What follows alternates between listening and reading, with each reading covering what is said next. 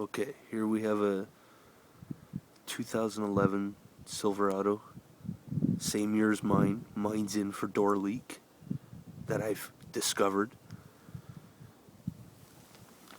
This truck has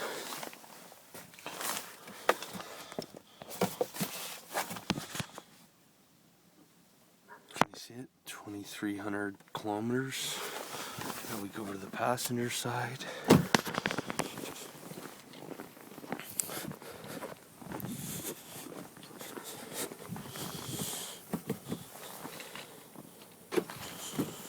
Open this door. Look at this water. All on the inside of the door here. And if you look down in here, there's light. See the light right through there.